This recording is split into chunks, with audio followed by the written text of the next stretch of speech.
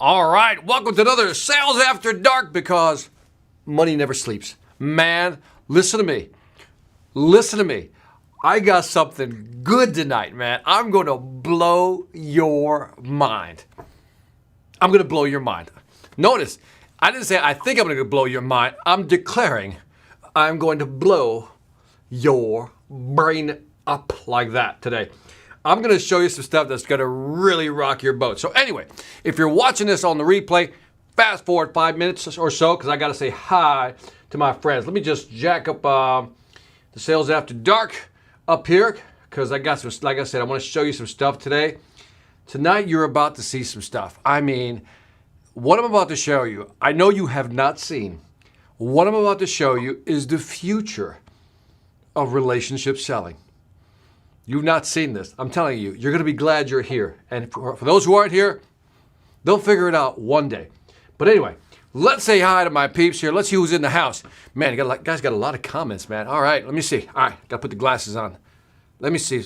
First on the tape, man, always, Ankle John is just always in there, man. Ankle, bam. Thank you so much. Your teachings help me to be critical-minded. That's how it is. Gifting is the best, and diarrhea of the mouth must be avoided. I don't know if I'd put those two together, but that's it. I love it, man. Good for you, man. $14.99. Yes, you are number first on YouTube. Remember, I got people coming in from Facebook personal, Facebook fan page, Twitch, YouTube, obviously, and Periscope as well. So, boom. YouTube, thank you very much. Brian Gator, Ola Victor, and everyone else, man. Right back at you. Hello. Good morning, Cam Lesh. And who do we have? RV Reviews is back. Good evening, Victor. Looking forward to some great sales information. Like I said, I'm going to give you some great sales information tonight. Lily says we're jamming. We always be jamming, as Bob Marley would say. The greatest sales teacher of all times. I'm not going to argue with you. What the heck? Let's just let it go. You the man, 1K. You the man, 1K. Good evening, everyone. Hey, man, thanks for saying hi to everybody. Chris Herrick, good evening, everyone. VA has been a good day. Oh, man, really? Taken in this episode outside by the fire after a good day. What is your favorite drink of choice, man? I like a nice IPA, like a beer IPA. The hoppier, the better. If I'm in a beer mood, if I'm in a wine mood, red wine, and I'm a fan of Argentinian wines, right? Luigi Bosca and all that. A little Merlot on the side. And if it's white, any nice Chardonnay will do, man. So cheers to you, man. I shall clink my can with you with, let me see, I have Greenwise lime-flavored sparkling water. That's what I have right here, man. So it's not as good as yours, man. So enjoy, man. I'm glad you had a great day, man. Love a cup of green tea. Boom, always glad to be here. Glad to have you here, rather. What time is it? Victor time. That was Morris Day, man. What time is it? If you know who Morris Day is, just type in Morris Day. Hello, Victor. Miguel at Sells. All right, Miguel, thank you for joining us, man. Who else we got in the house? Northside in the house. Victor, my pana. Man, you don't just use a phrase like that without knowing how to use it. That's how you use it. My pana is right, man. That's my homeboy in Spanish, kind of. Yeah, Miguel. Mia Knox in the house. West Coast Mia Knox. Hopefully you're surviving all that rolling blackouts. I knew this was going to be a special episode. Oh, it's going to be special, man. And then you guys tell me at the end. You guys tell me at the end if this is not a badass episode. Watch. I got something for you. Watch. I'm telling you, man. Also, good evening. Was your microphone Yeti? Blow it up, Victor. Let's do this. Was your microphone Yeti? No, that's my other. I'm using a Sennheiser MKH 416, and the Yeti is the backup. It's right over there, man. So let me see. I closed 4 deals today, feeling good. You should feel dang good, man. I'm glad. Congratulations. Lily says, money never sleeps. It's all good, right? Duncan says, man, you closed the 4 deals, man. Good evening. Last but not least, we got Irene Gensaya. Greetings from, what is that? Is that Minnesota? Irene, hit me back. Let me know what that is. And then one more. Victor, you got to love a guy by the name of Victor, the Oracle VA. Good morning, all the way from Nigeria in the house, man. Oh, so glad to have you with us, man. Thank you for being here. All right, listen carefully, man. I'm about to show you the future of selling. Not joking. This is not hyperbole. This is not exaggeration. I'm going to show it to you. because when I show you what I'm about to show you, you're going to see where the future of selling is going. And this is only the beginning. And so I got to set this thing up. Let me see. Irene says she's from the Thrilla in Manila. Probably the Philippines, right? All right, great. Glad to have you here. Now, let me set this up. I'm gonna show you a video in a little bit, but let me set this up, man. Because this like blew my mind like that when I saw it. So let me back up a step. Now, some of you know I wrote a book called Sales Ex Machina right there, which is how artificial intelligence is changing the world of selling. I think it was actually the first book that analyzes how artificial intelligence and is impacting the world of sales, rather. And I wrote that with a co-author of mine, Dr. James Anderson, who's a very cool dude. And so my article was also featured, if you want to, in Harvard Business Review. That's right, I got featured in Harvard Business Review. Check that out. Good article. But I'm always asked the question, why did you write this book? Well, many years ago, like way back, I was already into artificial intelligence, more or less like expert systems. But that's not what I want to talk about. I want to tell you why, I want to show you how I got into this book, why I started writing this book. And it all happened when I had an AI moment, an artificial intelligence moment. Just bear with me, man. I'm telling you, there's a payoff at the end. It's a big payoff. It'll be worth your time. So an artificial intelligence moment. In other words, a moment when you go, huh. And this was around, I'm going to say 2016. I wrote the book in 2018 with James. Now, I was in Seoul, Korea. If you're from Seoul, Korea, let me know. But did you know that they have, in their subway systems, they had this little thing going on. And let me just zoom in so you can see what it is. And so basically what it is while you're waiting at the train station, while you're waiting for a train, you can actually shop. So what happens is there's your phone, and what you do is you click the QR code and you fill in your order right there. And then by the time you get home, your groceries are there. Know what I mean? So I was blown away by this. This is kind of the future of where it's going, right? But it wasn't done yet. Watch. Then I was speaking at a company. Let me zoom back out. So I was speaking at a large healthcare company, and the president of the region took me on a tour to their telemarketing center. And in their telemarketing center, here's what they were doing. They were actually recording the phone calls. Now remember, this is 2016. 2016, keep that in mind. So they were recording the phone calls, right? So in 2016, I'm checking this out, right? And the way it works, it's really fascinating. What they do, and is that you're the person on the phone talking to a potential customer, trying to sell them health insurance, right? Or some product thereof. And what happens is, if you look at here, what they do is they record the conversation and using something called natural language processing, which basically means they take your audio, break it down into language, right? And then they analyze the actual language. That's all it really is. Natural language processing / understanding. So this is you talking, this is the customer here, and then it's talking to that person. So what they do is they record this person's audio track, the customer's audio track, and let's put this person in red, the contact center person, they record their audio track as well. And what they did at the time is that they split the audio tracks, and then they analyzed the customer's audio track. And they were able to tell whether or not this was a potential buyer or not. Now, let me slow down because, like I said, before I get to what I'm going to show you, this isn't it. This isn't it. This is just the setup. This is just the setup, right? So what they did is they analyzed the clients, the other person on the other phone, their language, right? Natural language processing / understanding. They broke up the words and almost created like a keyword cloud. Now, put yourself in the position of a telemarketer. You're making 100 calls a day, right? So you're making 100 calls per day. Let's say you close 20 of the 100. That means you're down 80 didn't close. My question to you would be, who do you call the next day out of those 80s? How do you decide who to call, right? And if you ask people, they would go, well, it's dependent on the conversation. If I felt good about the conversation, it's all gut instinct, right? So what this machine learning, the AI did, was actually figure out by what they said, how they said it, intonation, the words they used, how they responded to questions. The next day when you walked into the office, the contact center, this actual machine learning would actually prioritize who you should call first versus who you should call last based on the actual language that was actually recorded. Now, when they did this, if I remember correctly, because they used this system, their sales went up it was like 57%. They saw a 57% rise when they started using machine learning, which is really artificial intelligence, right? By the way, when you hear the phrase machine learning, artificial intelligence is like an umbrella. Machine learning basically means that they're training a machine, a computer, to learn, and it falls under the umbrella of artificial intelligence.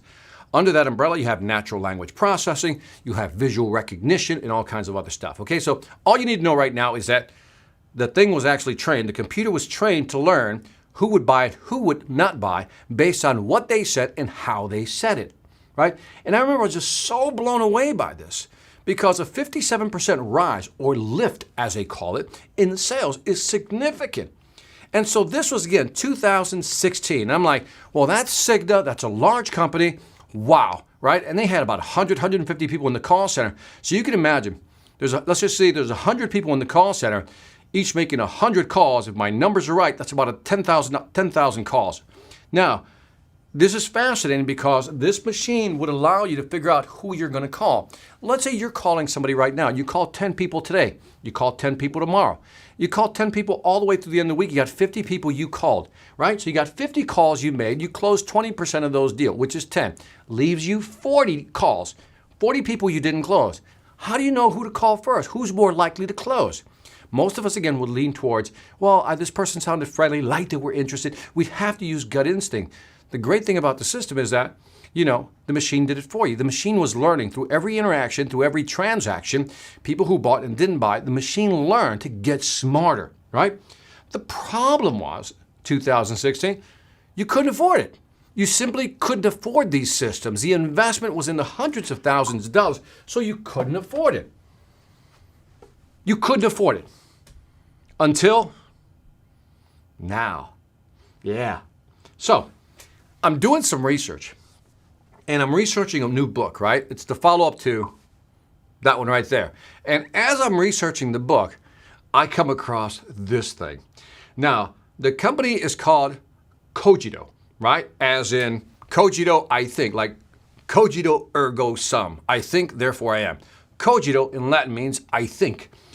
And so what they've done is taken what I've just described to you in 2016, fast forward 4 years, and I want you to see the video first. I got the video, I grabbed the video, and then I'm going to explain the video. I'm going to walk through it. Now, I want you, before you watch this video, it's only 2 minutes, by the way. It's going to be worth your time. Now, before you watch the video, what are the challenges we face when we're talking to a client over the phone? Give me some of the challenges you have. Before I show you the video, what are some of the challenges you face when you're talking to a client over the phone? Put yourself in that position. I got to talk to clients. What are some of the challenges you face? Hit me before I go on. I got to set you up with this. I need your answers first before I can show you this. You're going to love it. What do you think are some of the problems? When you're talking to somebody for the first time, you can't read, John Lewis says you can't read body language. That is dead bang correct. It's hard to read body language, right? Let me see. Brian says you cannot see the visual reaction. Good point. If they're qualified to make a purchase or not. Okay? Go deeper, guys. Always rejection. On the phone, you can't read their face. Got it. So you can't visually see who they are, right? So keep that in mind. You can't, there's some cultural barriers as well. Can't look them in the eye, right? What else we got here? We got can't look them in the eye. Also, they are not interested. That's what Uncle John says. They got too soon. You hear the context. Give me some more on that. Buddy Black, I love that name. Buddy Black, I love that. Buddy Black, give me some context. Think about it. If you're in a call center, you're calling, right? Now let's walk this through because I want to give you. We need to understand this before I show you the video, or else it won't make any sense. So let me walk through some of the problems we have. Let me give you some of the ideas. One of the problems that you have is maybe that you can't read their body language, right? So let's say you can't read, we'll just say read the BL, right? Sometimes they're what? angry. Would you agree with that? They're not happy, right? They're just not happy. What else could be going on? I'll grab some of your comments just now. What else you guys got? All right, so you got can't see people, they're listening. It's too easy for them to end the conversation. That's real. Understanding the mentality of the customer. Got that. Kamala said that. What are you trying to relate to to the product benefits? Buddy Black again, right? So that's the other thing, right? So a voice inflection, yes, but much else. So you got, they could be angry. And then sometimes you're trying to find a way to what? You're trying to find a way to empathize, right? Right? But if they're angry, it's hard to empathize. So that's a problem, right? What else do we say? Get distracted, big. Antonio, what CRM do you use? Angel, we'll talk about that later on, but go to pipedrive.com. Okay, so keep in mind that, again, you got empathy. Also, what happens when they ask you a tough question?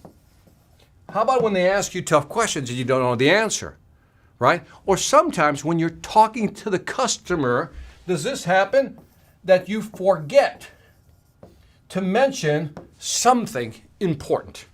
True? Right? So all these things happen. So let me just stop here. It's hard to read body language because you only got, well, you don't even have this. You just have the face, you have the voice. If they're angry, how do you deal with that? And sometimes it's hard. You need to show empathy, but it's like, where do you show empathy, right? Sometimes they have tough questions and you just don't know how to answer them. And then sometimes, we've all had that situation where you're on a conversation, you forget to mention something. This is an example. Let me see. They can't see me, so they're easily distracted. Hi, Victor. Out of the complete control that you make. I don't get that one, Rami. Give it to me again. What is Sales Marketing 2 going to be released?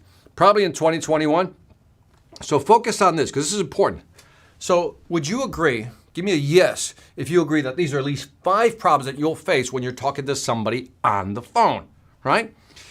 And so to solve these problems, if you buy that, now let me show you what this company Cogito, I keep saying Cogito, but it's Cogito apparently, which means, again, in Latin, I think. Here's what they have. I'm gonna zoom in and hopefully you'll be able to hear what's going on. So let me just show you this video. Check out the video and then we'll talk about it.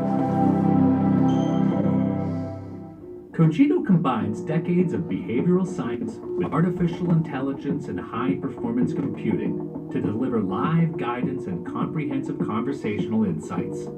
The software is helping thousands of sales and service agents increase productivity and build lasting, trusted relationships with customers. Okay, so far so good, right? Build trusting relationships. We got that. Build trusting relationships, but here is where it gets good. Pay attention. Now, pay attention. So this is an actual call going on right here. So let me hit the play button again. Wait, so I need to pay even more? I hadn't expected that. What do those premium plans include? Yeah. All right. Sorry, I hit the wrong button. Sorry, guys. Let me go back. I'm going to have to play that beginning again, but let me just go back. I want to show you this. I'll skip to that part. Software is helping thousands of sales and service agents increase productivity and build lasting, trusted relationships with customers. Wait, so I need to pay even more? I hadn't expected that. What do those premium plans include? Let me pause right there. This is important. The customer is shocked that they have to pay more, right? So what it's saying right here, I know if you can't read it, it says, be slow to respond. In other words, slow your pacing down. And this little icon pops up that says, show some empathy.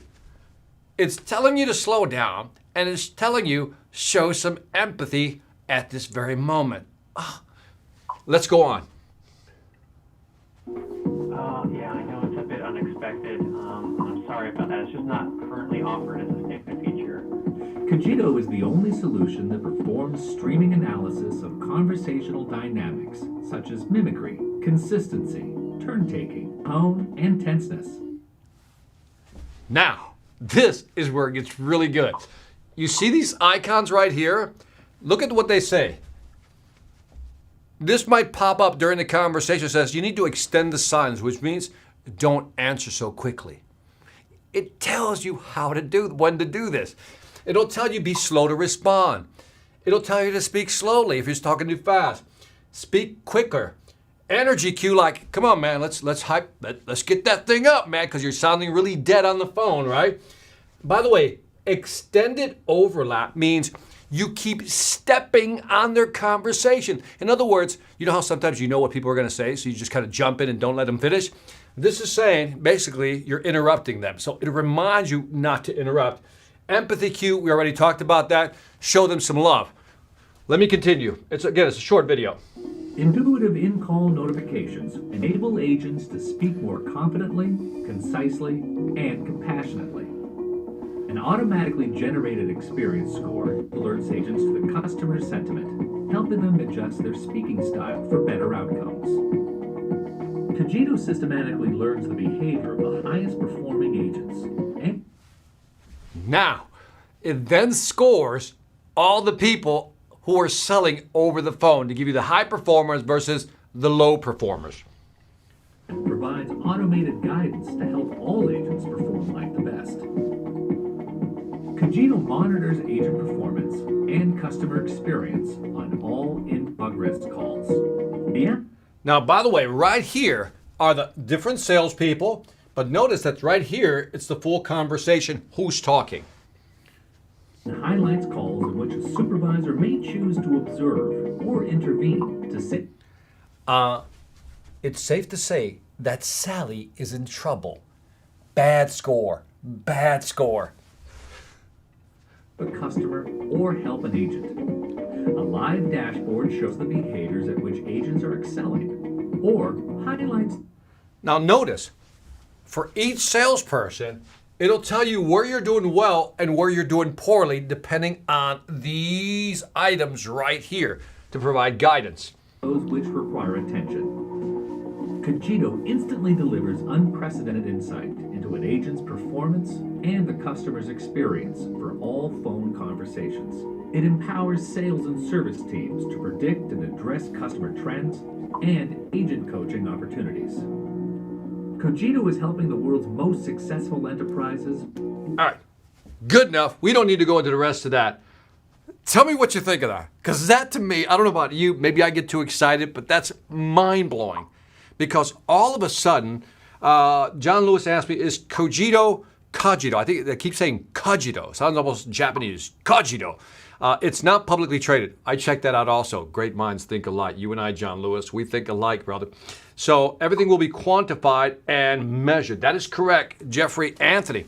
So what's interesting about this is that there's several things happening with this software. Is that all the phone calls are being recorded, all the interactions are being recorded, right? So again, they record the person talking, the telemarketer, and they'll be able to determine where their weak points are, right? Because things are popping up. By the way, what you don't see, you can't see in a short video is that when the customer asks a question, it'll actually pop up cue cards to tell you what to say. But it'll also say how to say it, when to say it. So all this is being like monitored real time. And that's the power. It's real time. So let me know what you think of that. Got a couple. I love it. It's really mind-blowing. I think it's fascinating, Inkle. Now, so let's look at what's happening. So now if you had this tool, because now small companies can have this tool. Now, I don't know what it cost back in 2016, but I want you to think about this. You would have to spend hundreds, if not millions of dollars on this system just to put it in place or design it. And now the average small business owner can afford it. Now, I don't know again, they got different tier pricing, so you'll have to look at the different pricing, but for the first time, it's available, right? So this is really cool. So it says, does Cogito, Udaman says, does Cogito Ergo, I keep wanting to say Cogito Ergo Sum, I shouldn't say that.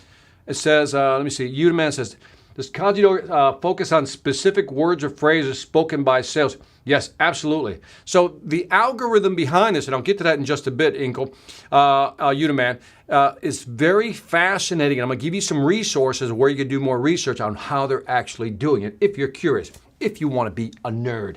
But let's break this down, because at the end of the day, it's how is this going to help us in selling?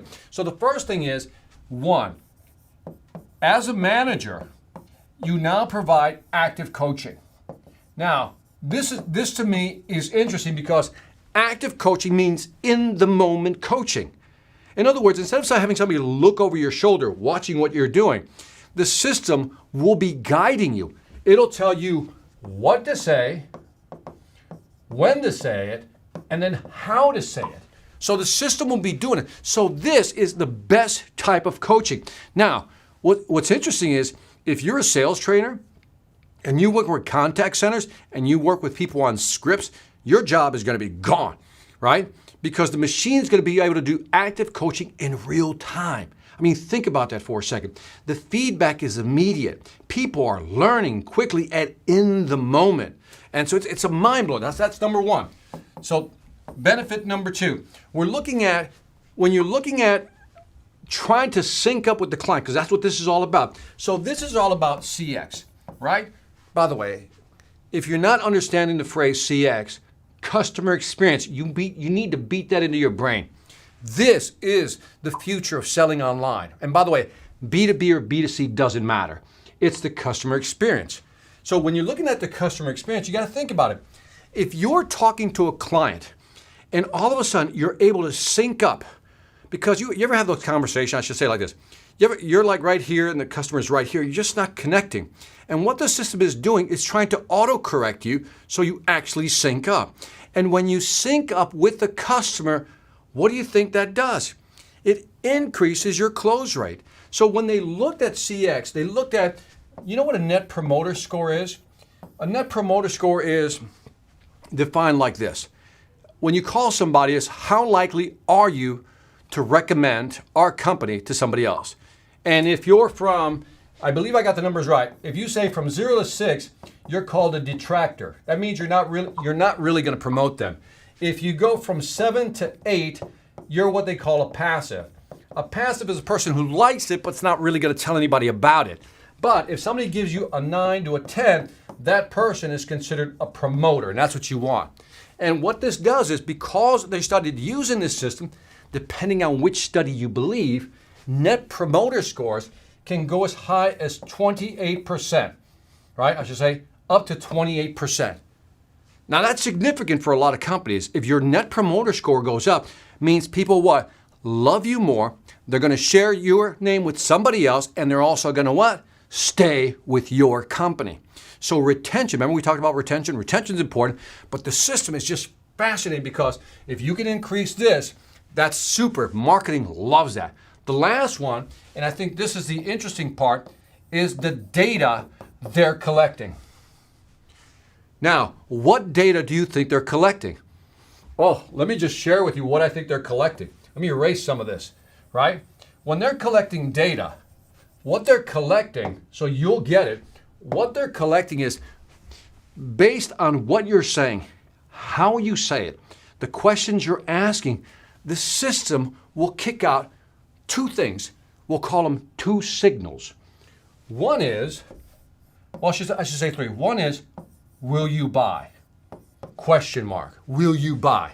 Second signal that the system is going to kick out is, if I already sold you, can I what? Upsell you. But the most important one, now I'm going to give this one a big green right here because this one is a big one. The most important one is the following. One of the biggest things that customers are looking at today, especially in today's environment, is this. It's how do we improve retention? And the word to use here is the word churn. Now, let's talk about churn. If a customer is not happy, they're going to leave. If you have a high churn rate, that means your customers are leaving. But what if through the customer experience, you're syncing up with your customer? That means you're not going to have a high churn rate. You're going to retain a lot more people. So the data is telling you that, for example, let's say, let me pick somebody out here. Elkin's on here, right? I'm talking to Elkin. And all of a sudden, the data tells me, based on Victor's conversation with Elkin, there's a high likelihood that he's going to churn, that he's going to leave. He's totally dissatisfied, wasn't satisfied with my answers. There's a likelihood, a high probability that he's going to leave. Well, at that very moment, boom, marketing kicks in or customer service kicks in, and they reach out to Elkin to try to resolve whatever issue. Now we're focused on trying to keep him in the boat, so to speak. That's what the data will allow you to do, reduce your churn rate. So think about this. If you can do active coaching, that's a big plus. If you can improve the customer experience, that's a big plus. And also, when you look at data right here, that's a big plus. When they looked at all the things that will improve, one is, we already talked, it'll improve your NPS, right? Your Net Promoter Score, which means people will promote your product. Big one. That's number one. Number two is what they call operational efficiency, right? Which means if you look at a call center, one of the biggest challenges call centers have, tell me if you've done this. You ever call this call center and you didn't get the answer you wanted, so you hang up and you call again, right? So telecenters, one of the things they focus on is what is called first call resolution. That's one of the biggest things they try to solve. First call resolution is you call once and they're able to resolve your problem right there and then. Though they don't want you calling back. And all of a sudden, because of the customer experience, because of the data, because you're aligning yourself with the conversation, with the actual customer, your call resolution, this first call resolution, goes up. In other words, it improves your score. And then last but not least, this what was interesting. Because you're doing active training with this actual software, you have agents, the callers, who now feel that they have the tools and the support to be better online. Now, if they're compensated because they're doing better and they have a system, a machine that tells them how to get better, they're getting the coaching they want. If they're getting the coaching they want, they feel confidence. They're closing more deal, that builds more confidence. So all of a sudden, you have, just make it simple, you have happy agents. And what happens when you have happy agents? When you have happy agents, it reflects that in their tone, voice, and how they treat their customers. Happy agents typically mean happy customers. Happy customers usually mean repeat business and more referrals. Do you see the cycle here? And that's why this tool is just simply an amazing tool that I wanted to share with you tonight on Sales After Dark. I think it's pretty cool. Let me know what you think. Let me read some of these comments because you guys have been popping comments and I've been talking too much. Let me see if I can go down here. Oh, by the way, I'm going to show you these resources in just a bit. Let me see. Elkin says, I'll start here. Victor, you said something about Oracle. I love it, man. Great. Mind-blowing, fascinating. I agree with you, man. Udaman, does Cogito also focus on specific words, phrases? I think I answered that. Yes, they do. And I'll give you the website in just a bit. The data nerd in me loved it, man. I'm with you on that, man. I'm with you on that. That's amazing and scary at the same time, how fast technology is moving, good or bad. I don't think people realize, Elkin, that the acceleration of AI right now is just it's at a fascinating pace, right? This isn't a linear progression in growth. This is an exponential progression with AI. John Lewis, I love that it alerts them in the moment as to not miss the opportunity. That's the big key, right, John? Because it's in the moment. It's right there. And then it reinforces, it almost trains them at the same time. So it guides them, but it also trains them. It almost hard codes that into their brain. I agree. Freaking amazing, man. I told you it's going to be freaking amazing tonight. Even quality assurance teams that evaluate procedures and customer services, that team will disappear for sure. I think so. That's a really good point, Elkin. That's a very good point. Didn't think about that because the quality assurance will be built into the actual algorithm. And if you think of it from an audit perspective, right, if you want to audit a procedure, now it's basically the algorithm that can be audited. So that'll be interesting to see how that works out. Almost 15 million views says, no excuse not to hit your quota now. Our jobs just got a hell of a lot easier. I mean, fast forward is, where is this thing going? 15 million, where's this thing going? So it's amazing. The first thought I had was that the coaching position would be immediately devalued as the money is directed to the program. I'm with you on that, right? And it's almost like, again, the coaching position within the company, I think is going to be like minimized. I think also, like I said, anybody who does external training for a company, I think that's really going to be minimized as well. NPS scores. You listed are correct. It's a great one-question survey. That's all it is, right? And I love the NPS score, so I think I got it right on the numbers. Would this reduce the barrier to work as a salesperson, increase supply, and decrease wages? I think it would depend. What a great question, though, by the way. I think it would depend on the industry because, remember, this is training in the moment. This is assuming that there's a previous step to that. And the previous step to that was that you had some training. So training is not going to go away yet, right? We can probably have another discussion about training. But training, once the person has been trained, right, I think it'll increase their speed to value. That's how I would look at it. The speed to value is increased. By that I mean is that if it took you 2 months to really be effective in your position, maybe now it'll take 2 weeks, 3 weeks. And that shrinking of that time to value, get you up there quicker is what people are going to want. So now, to your point though, that your hiring pool probably just got bigger, right? Because now you can probably widen your hiring pool because you know you have the systems in place to help train people more effectively. So your point is well taken. I don't know if there'll be a decrease of wage because I think what you're implying is that all of a sudden people come in, they're going to be like, you know, and they're little robots and they're going to be commoditized. I still think there's an art, right? Maybe the science is already there. So let's look at the machine as the science, 15 million. And then look at the art of it. The art is still the delivery. Like, even if I have to show empathy, well, I as an individual have to be good at showing empathy. I have to be good at reading the cues. Even if they're on the screen, I still have to execute. I still think that's the art that cannot be replaced. But again, I think to your point, there are going to be some situations where we just go, let's put the machine on it. Udaman 1K, Victor, you are speaking my language tonight. I'm glad. Managed small and large call centers for over 25 years. Everything you are preaching tonight is accurate in today's environment. Thank you. I got Udaman. Testimonial approval. I am happy tonight. All right. Big money. Udaman said, me too, Udaman. Jeffrey on it. Freaking awesome. Buddy Black, I told you it was going to be cool like that, Buddy Black. Buddy, where you from, man? I think I missed it, man. Let me know where you're from. Udaman, in the Cogito first screen with 2 green customers and red agent, if there is too much red, agent is talking too long to get to the point. It could be a lot of things, Udaman. I mean, it could be also that you're stepping on the conversation, you're not hitting the right cues. When they ask the right question, did you respond the right way? So I'm going to go back to the resource where you can find out more. This and voice recognition and voice activation. Yeah, you can see where this is going.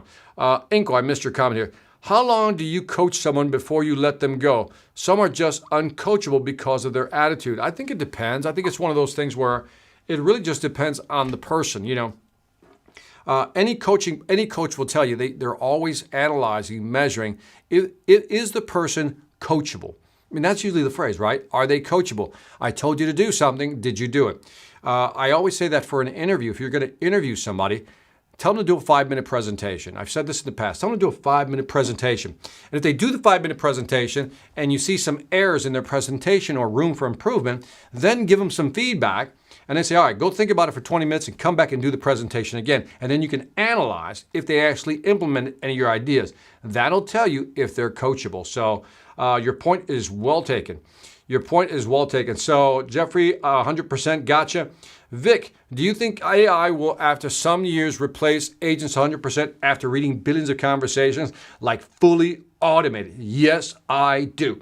Only because, Elkin, have you seen the, what was the name? Google did an experiment, and maybe you'll have to look this up. Maybe you guys can look this up right now for me. So Google has, what is the program called? It's an AI program, and just type in Google AI calling a Japanese or Chinese restaurant, right? Like, Leo, I'm not joking about this. And the voice is a machine, and it's actually having a conversation with the person at the Japanese or Chinese restaurant, right? Now, the person who's calling on the other side, whether Japanese or Chinese, you can tell that English is not their first language. So they're having trouble with the language. Again, not criticizing, just a fact. But the AI, the machine, can still work with that.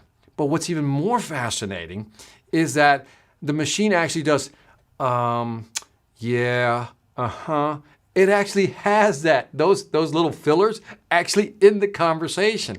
And if somebody didn't tell you that it was a machine, you wouldn't know. So Elkin, the answer is yeah. So if you found it, let me know. It's again, Google, what was the name of the They ran an AI simulation with the restaurant, man. If you have it, post it on the chat, man, so we can get that to everybody. Love it, Vic. Could it also pick up the best rebuttal to handle an objection? Yes, it can. It actually can. So if the customer says, well, let's just say now's not a good time, boop, you're going to hear that. It's going to pop up and say, try this, ask this question. And so I think that's going to be interesting. Do you think the sales conversation will also be done by AI? Until now, this is not succeeding. I don't think it's there yet. I think they're getting the science right, but remember, the art has to still be there. I keep coming back to the art part because as human beings, we got this art thing down. The machine is just a machine, but until we can imbue the machine with art, right? I think that's always going to be a difficult situation. And again, if it's a simple sale, I think it's a spectrum, Sam. So if it's a simple sale, you can probably argue that's not going to be that hard to do. But as the sale gets more complicated, and all the different scenarios become more complicated, I think you need a human being or a domain expert to be able to answer those questions. But, for now, I think what we're going to see for the next, I don't know, I'm just going to say 5 to 10 years. That's a good time frame for me. 5 to 10 years, you're going to see this combination of man and machine as a combo. And I write about this in the book, how the chess player, what's his name? Bobby Fischer, basically says using a man and a machine could actually be the best chess players in the world. They could beat the best chess players when they're combined, man and machine. So I think because it's art and science. So great question. Great question. It is a shortcut for a better efficiency. Thanks for sharing. Yeah, I agree with you. Do you think compensation will drop? Don't know. Good question, chat. I don't know. But again, some of these positions, it depends how their compensation is structured. But just push compensation to the side because that's good news and bad news depending on which side of the management side you're looking at it from. If you're on the management side, you're probably going to say, yeah, I can just use machines more, right? And reduce my overhead. If you're on the employee side, again, one could say that they don't need as many people, but one could also argue that the machine is actually helping them close more deals because they're applying the art the right way based on the science. So maybe it'll be a win-win. Like anything else in life, there's always disruption in the market, and you know what I mean? It's going to happen. Things will change. Okay, so we talked about that already. Got a couple more here, and I'm going to give you the resource. I worked for a call center for several years, and I remember the team leadership supervisor monitoring maybe like one call live and interrupting the agent to try to help them to survive in that phone call. Yeah, that's all going to be gone now, Elkin. That's the future. This is going to be gone, man. And by the way, let me know what you think of this so far. And by the way, if you like the video, hit the like button, smash that thing. And I always got to remind people, remember, man, share this with at least one person because I think this is great content that I think, a lot of sales trainers, if any, are really teaching today. So I want people to get this content. Let's get it out there. Duncan, you said, with e-commerce and all the other advancing techs, does it get to a point that the sales rep is obsolete? What I think, I never like to use the word obsolete. I like to use redistributed or reallocated. In other words, okay, if you take every task that salespeople do, the machine's going to be able to knock some of those tasks out. Let the machine have those tasks, but there's certain tasks that it can't take out. Then there might be situations where the jobs may be gone, but something else will probably pop up. Like you got to ask yourself, well, who's selling the system in the first place? That's a sales position, right? If I'm trying to sell you this Cogito, right, system, I'm a salesperson, so I'm selling the system. So there's a sales position. So there's so many AI products out there, one could argue that there are a lot of sales positions being created to sell all this new technology. So it's all about how you look at it. Buddy Black is from Arkansas, Bentonville. Glad to have you here, Buddy Black. Disagree, AI will take over sales, especially in complex technical sales solution. Brian may be right. Don't feel like arguing with Brian tonight. You may be right. Eventually, if you listen to Kurzweil, one of the AI experts right out there, he talks about the point of singularity, where the machines will be able to think at a high level. But over the next 5-10 years, which is the time frame I gave, I don't think that will happen. But that's just my opinion. For all I know, Brian is 100% right, and I am totally wrong. And did you find the video? Was that Buddy Black, is that the video? Give me a yes if that's the video. I found the video, Google AI. Elkin found it as well. Search for Google AI Call Assistant. Yeah, listen to that, and that will scare you a little bit. Sparrow's Tail. Had a lady pitching me a marketing product last week, and I was interested until she seemed personally offended when I said I might not buy. I turned her down in the end. What do you think of that? If she got offended, she shouldn't take it personally. What do I think of that? She should have thicker skin. That's why we're in sales. What's the chance of it misinterpreting some phrases or words or what has originally meant? Oh, a lot. I mean, one of the biggest challenges with, natural language processing is converting it from audio to text, right? Listening to it, converting it to text. Natural language understanding is interpreting the meaning in the actual phrase. For example, the word run or ran has so many different connotations that depending on the context of the words, right, you don't really know what they mean. So there's context that has to surround the word run. Like, run can mean several things. Run for president, right? Run outside.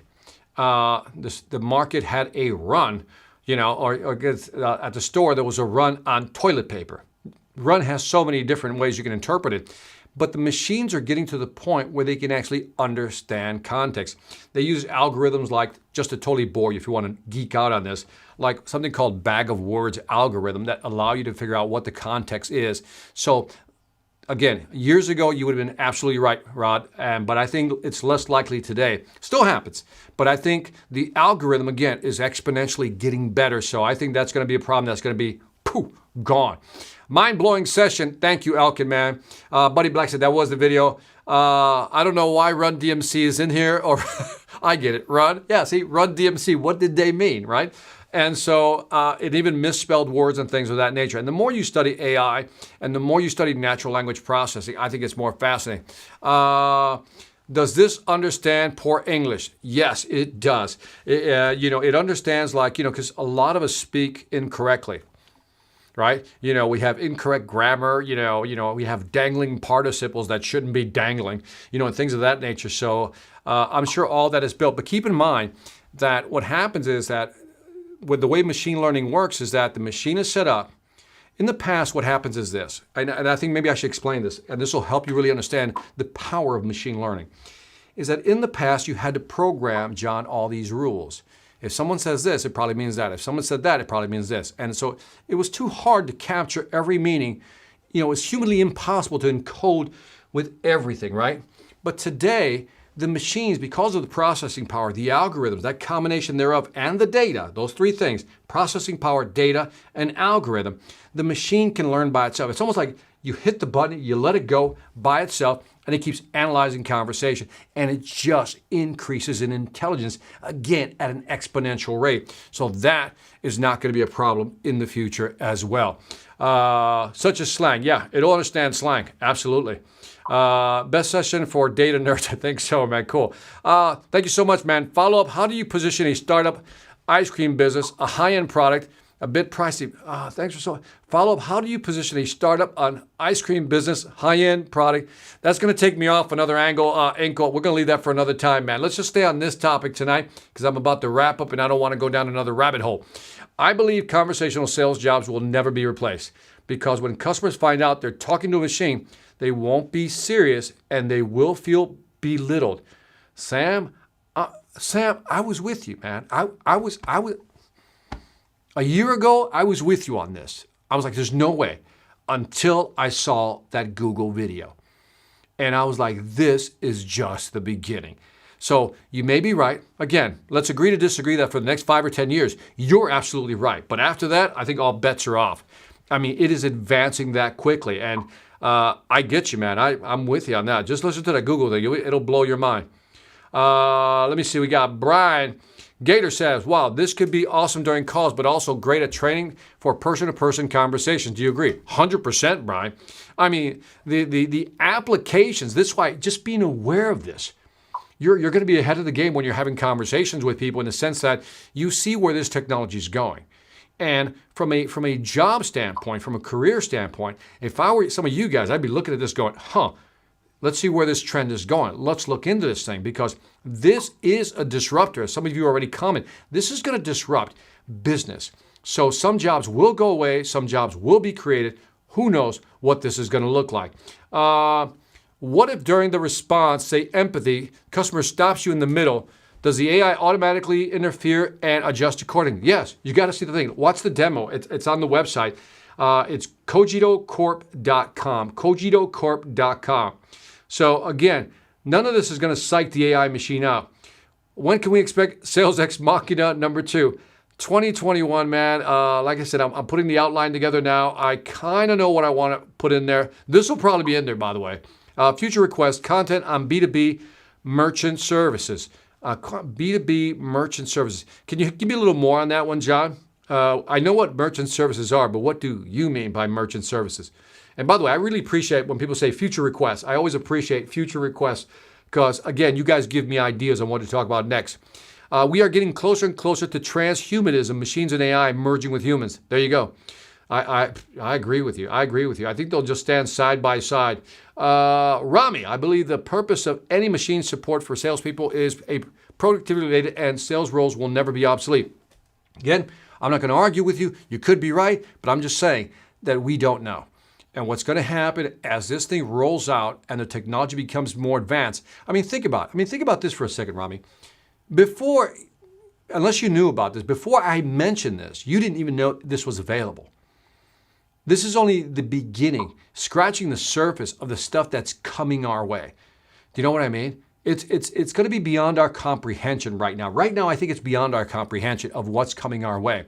Because we're not like, we don't believe it, right? You see some of this stuff, you're like, does it really work? And I'm saying over the next 5 to 10 years, you're going to see tremendous strides in this type of business. And again, I don't know what the future is. You could be absolutely right. 10 years from now, you may still need people. So you could be right. And, we'll see. I'm not going to argue with you. Let me see. The jobs will be replaced are coding jobs, right? It's happening now. AI can code easily. I've seen this at Microsoft. That is absolutely correct.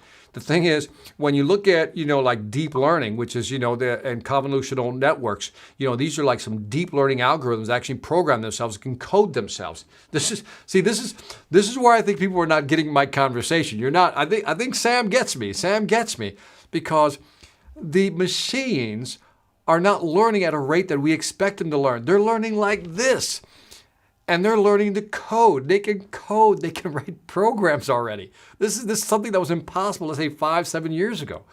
And it's happening already like it's nothing because of what's going on with the technology. And the more processing power, the more data that's out there, which we're providing more data every day. This conversation, this video call, all the stuff, your comments, this data will be used by some YouTube algorithm.